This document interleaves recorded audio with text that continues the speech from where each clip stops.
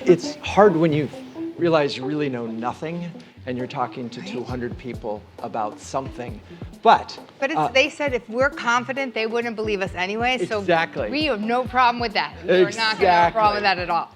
So, Toni, nice to be on stage with you again. And you? Yes. So, let's start with the big picture. EY obviously is a professional services firm. You have to advise companies on what to do. How is EY approaching AI from a service to your customer standpoint right now? Yeah, there are so many different ways, so great question. I would say, first, it's not one size fits all. It's probably the 360-degree version of that. So first, it's how do we help on the strategy and consulting side when people say, I want to incorporate some sort of AI into my business, my company, what do I do? We get a lot of questions about risk. I mean, it's kind of in our DNA, right? So we get a lot of questions about risk and exposure and what does that mean? As many questions as we get about forward thinking. We have a whole methodology around future back. And so we were laughing the other day as we were talking through this that, you know, the future is changing and redefining so quickly that understanding what future back looks like even it continues to work in different ways. So that's one way. Then we also look at how we're using, I mean, we do anyway already, but AI, machine learning, and different tools to use internally to make sure that we're efficient and effective. So, you know, on the tax and audit side, where there's just tons of process that could be streamlined and made better, though now that I see how wrong it is, I think I'm going to go flag that for somebody because that scares me a little bit. Yeah, so just constantly looking at it that way. And then also, we do a lot with recruiting. And so we're constantly looking at, you know, we hire tens of thousands of people a year. Our average age is 26. And so just being able to think through, you know, how can we connect with the generation that's coming in and evaluating if they want to go into consulting, if they want to go into tax, they want to come to a big four, then they want to come to EY versus somebody else. So we're using it that way as well. Well, and so it feels like there's competing things here. So as a risk-averse company, advising companies, because that's got to be really hard for adoption. Yet from a recruiting standpoint, they all want to see AI, cool stuff. Yeah. So how are you balancing that? It's making it up as we go along. You know, we have a couple of different working groups. One that's working on the very technical side of it to say, what is it going to take in order to incorporate this into our different processes? And then going through all of the checks and balances. I would say because we're so focused on making sure everything is right and correct, and that's part of our business, that it actually slows us down a little bit. Right. And at first, you know, as a marketer, like, go, we have to say something. And we really actually feel like it's been a bit of a benefit, because if we had gone out with some big splash around what we were doing 6 months ago, I'm not sure it would be valid now. So we look at it that way. And then we just look at what are, from a consulting standpoint, designing the future, what can you use, how do you bring the different information to bear, because we deal with so many different types of clients. That's really helpful as well. Well, and so that sort of gets us into this question of digital transformation has been a huge business for all the consulting firms. And do you see AI as becoming a practice area, or is it merged into digital transformation, or you don't know yet? Well, it's, you know, there's a lot of conversation about this. I think that what we would like to do is figure out what it means. Of course, it will be embedded, right? But figuring out, if you pull out a practice, we don't just want to reframe a practice that exists. So we're seeing that happen a lot, where somebody's going out and they're so desperate to have a press release out there that they're taking an existing piece of business and then putting the AI supercomputer human people of the century, and you know that. So I think that we're a little bit more stepped in that to say, we know that it will change, embed, and impact everything that we do. So let's focus on that first versus trying to slap the Center for AI Excellence out there as a press release, just renaming something that we would do anyway. Right. That makes sense. And what's interesting is a lot of the folks here are entrepreneurs. They could just go right into it. They don't have to actually think all this through. They can just play with it. So I want to take a second and just talk about how the CMOs in the CMO Huddles community are approaching this. And there's a question at the end of this, but there's this evolution that the CMOs are going through. One is they're just playing with the tools, and rest assured that at least in our community, every single huddler is, in fact, playing with the tools in one way or another. From the CMO on down, everybody's trying to, certainly with ChatGPT. They're all rethinking about how content gets created. Now, mainly we're talking words and pictures right now, but there's a lot of interest in apps and video right around the corner. So that's sort of stage 1 and 2, and I would say that's where 80% of our community is at. Then there's this next group that are sort of reimagining experimentation, where they're thinking about the infinite iterations that they can create for landing pages or subject lines or things like that. That's sort of phase 3. Then there's this now, the dream for years and years and years in marketing has been mass personalization. I want to talk to one person at a time as a massive corporation. This technology certainly is enabling that, and there's interest in it, but nobody knows how to do it yet. And then the last one, which is interesting, and it may end up being the first one very soon, which is just applying these tools to everything, not just content. Because there's a lot of limitations on this. Oh, it's about creating content. It's about sales preparation. It's about meeting prep. It's about baking it into MarTech. In fact, I'm doing a show tomorrow with 3 MarTech companies who in the last 3 months have announced new AI integrations, which is what we're talking about, the rush to it. So given that long preamble, where are you right now from your marketing standpoint in terms of an adoption curve of AI? Yeah, I mean, I don't know if it's good or bad, but I would say we're in that first 2, playing with the tools and figuring it out as we go along. I think that we need Noah to come in and rewrite all of our codes and information, because just the way he talks about prompts and things like that, really, you start to think about, we're not scratching the surface, and we do have within the marketing function a lot more latitude to be able to play. It is really interesting to think through how wrong it is often. The information is wrong. And so we can't put out there incorrect information. I mean, that our reputation is so critical to that. So the marketers on the teams are using it for kind of ideation, as we talked about here, but it's really still taking quite a bit of time to make sure that if you wrote a blog article that referenced something, that it's accurate, that if we're making a claim or a promise, or we make a point of view, that it's accurate. And so there's really no getting around that level of expertise right now.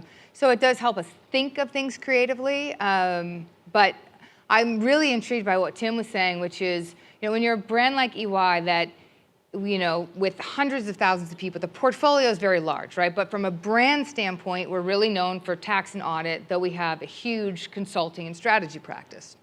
What I can't wait to do is really think through, if I put in what is EY, right, I will get its vibe, right? Like, I'll get the concept in terms of what is the world out there, and that will help me as a marketer figure out, where do I need to dial something up or down in order to be able to open the aperture of the brand, or to be considered differently, or to look at those, how do I talk to recruits that are 20-somethings versus the middle schoolers that I want them to get excited about coming into the accounting profession, versus somebody who's a chief technology officer at a Fortune 500 company. So, when I think about those types of applications just from being here, and then listening to CMO huddles, right? Because in Drew's group, there are so many different startups, lots of tech-based companies, different types of industries. I end up learning so much just from, what is retail doing, totally different, but could really apply in a lot of different ways.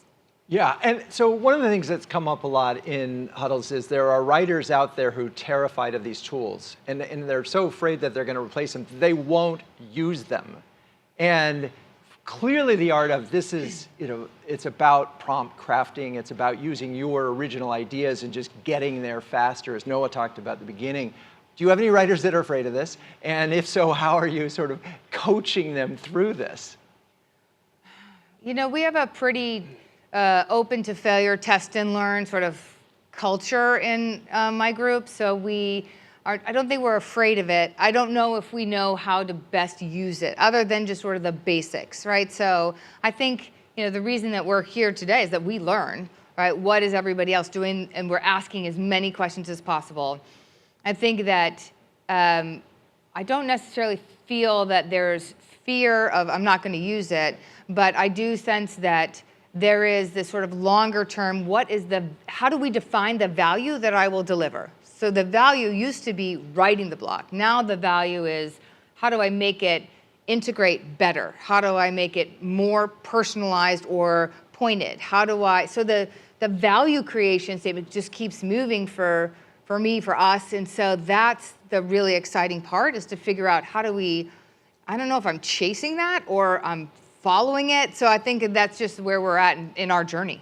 Well, as you were talking, I was thinking that, so Noah and I worked together on this thing called BrXnd, and it was one of the collabs that he shared. Basically, we took 400 pages of CMO notes from the recaps, turned it into a bot, and now you can search as a B2B CMO using BrXnd. It occurs to me that all the intellectual capital that EY has feeds into the bot. Next thing you know, you have the EY consultant that is virtual. You ready for that? I think that we potentially have some consultants that are nervous about that. But what I find is that nothing that we're having conversations internally, what is our point of view, what is our perspective, how do we talk to clients, that kind of humans in the loop it just keeps coming back around, because something can spit out a lot of recommendations, but even today, the nuance is everything, right? So we could be looking at something about supply chain and how that gets solved for different sectors or industries, very different. How that applies to different buyers within that, very different. How that applies to companies that are about to do a spin-off versus somebody that's going to do an acquisition, very different. So I'm sure it can be trained on all of that, but there's a point where you have to incorporate human expertise. And so I guess that maybe that's just not something that we're really focused on, but maybe should be. It's coming.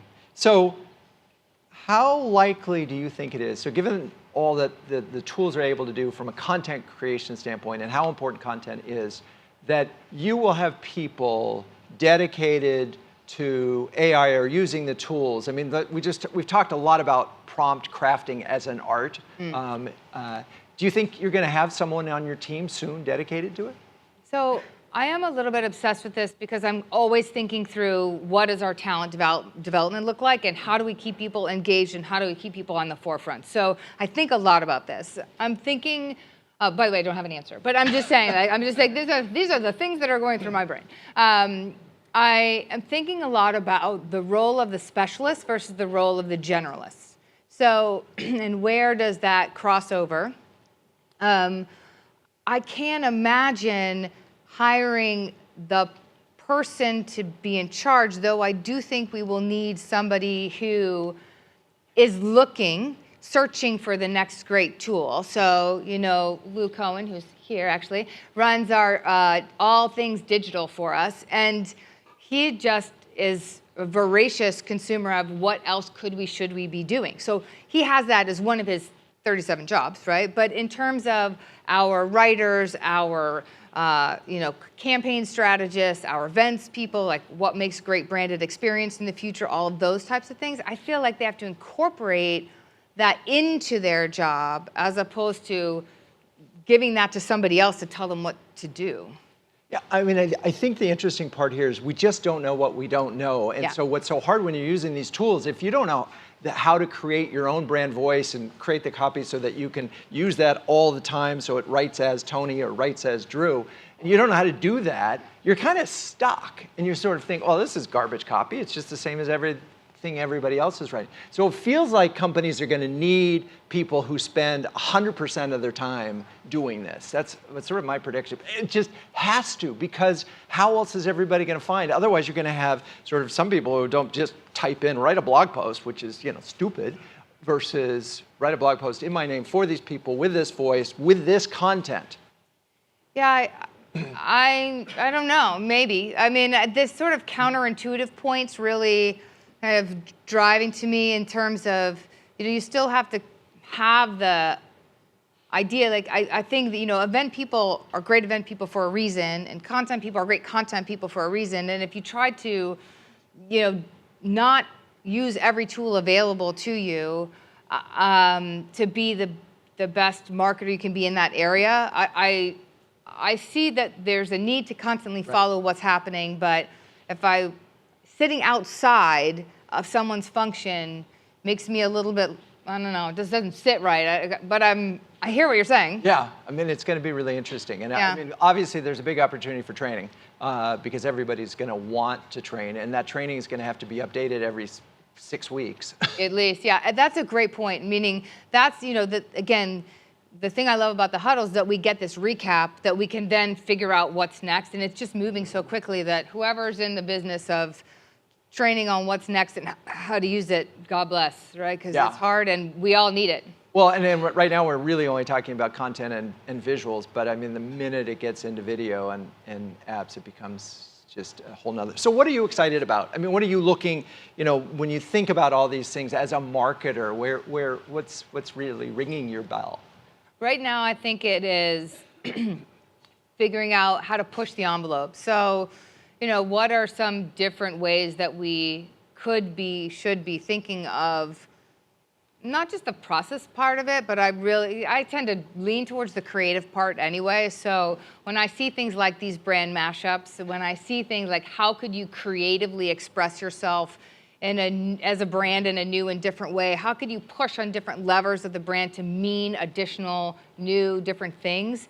So I'm probably most excited about what that will yield in terms of really new, great creative ideas and solutions, more than just copy. More than just a video, but like how does an activation come to life? Like how does that manifest itself? So that's probably where I'm headed, just in terms of what's exciting. Amazing. And as I'm thinking about this, you have to wear a lot of hats. I mean, again, because you're advising clients on how to do this stuff, and you have to be, and again, this is sort of where marketing has an interesting opportunity, and I want marketers to really be thinking about that. I'm doing this live show tomorrow, and one of the marketers actually drove the product development with the AI tool in order to be able to, because nobody else could do it fast enough and really understand because they were marketing to marketers. But I feel like this is a moment where marketers could literally step up and change a lot of organizations through the use of this tool. I mean, it's probably the most exciting opportunity and moment in marketing since the internet. Since COVID told everybody they had to be digital, right? Yeah. So, no, I mean, listen, while it's exciting for us, I do think, and our perspective is that it will impact every function, every type of company. And what is interesting is, you mentioned it earlier, how an entrepreneur who can sort of, remember the idea when you were born in the cloud, like you were able to become a company without all this legacy infrastructure. It's the same kind of thing. Like you will be a company that is born in this generative AI world. And so just the way that will approach the world, the value that you deliver will be different.